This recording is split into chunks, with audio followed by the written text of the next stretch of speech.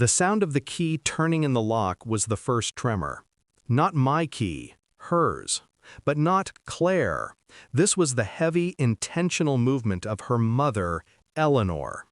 I was in the kitchen, making coffee, a mundane morning ritual shattered by the intrusion. A week after the wedding, 7 days of fragile, manufactured bliss. I walked to the hallway. Eleanor wasn't alone. A man in a cheap gray suit stood awkwardly beside her, clutching a briefcase. A notary. The air instantly became sharp, chemical. "Just a formality, dear," Eleanor purred, her smile a thin, surgical incision.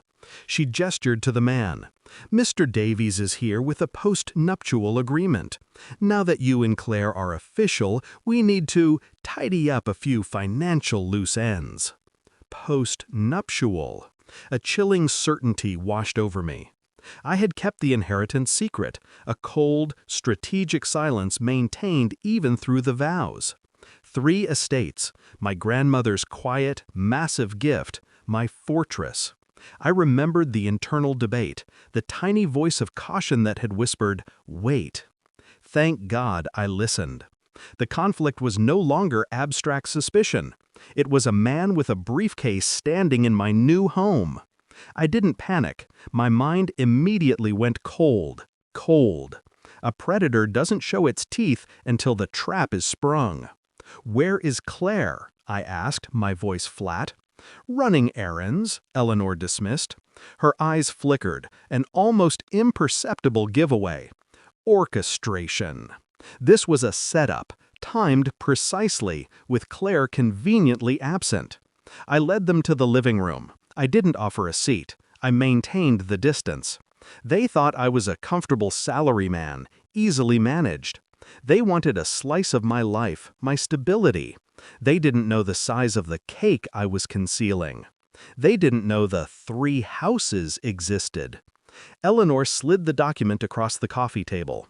My eyes went straight to the clause. "All premarital property and existing investments shall be legally commingled and retitled in both parties' names." It wasn't protection. It was a hostile takeover of assets they assumed were small, comfortable. They thought they were securing a retirement fund. They had no idea. I picked up the document. I didn't sign it. I didn't even pretend to read it. My gaze was fixed on Eleanor, her smug confidence already starting to fray at my lack of visible distress. "I won't be signing this, Eleanor," I said, my voice barely above a whisper.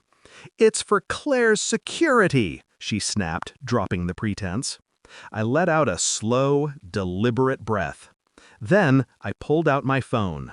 A single swipe to a password-protected file. I held the screen up, showing her the single, brutal line of legal text. The 3 properties, transferred to an irrevocable, exclusive trust, signed 24 hours prior to marriage. Eleanor leaned forward, squinting. She read the words, and the blood drained from her face, leaving her features hollowed, skeletal. She saw the truth. Not only was the wealth untouchable, but I had known, I had planned, and I had already shielded my life from their infection. What is that?" she choked out.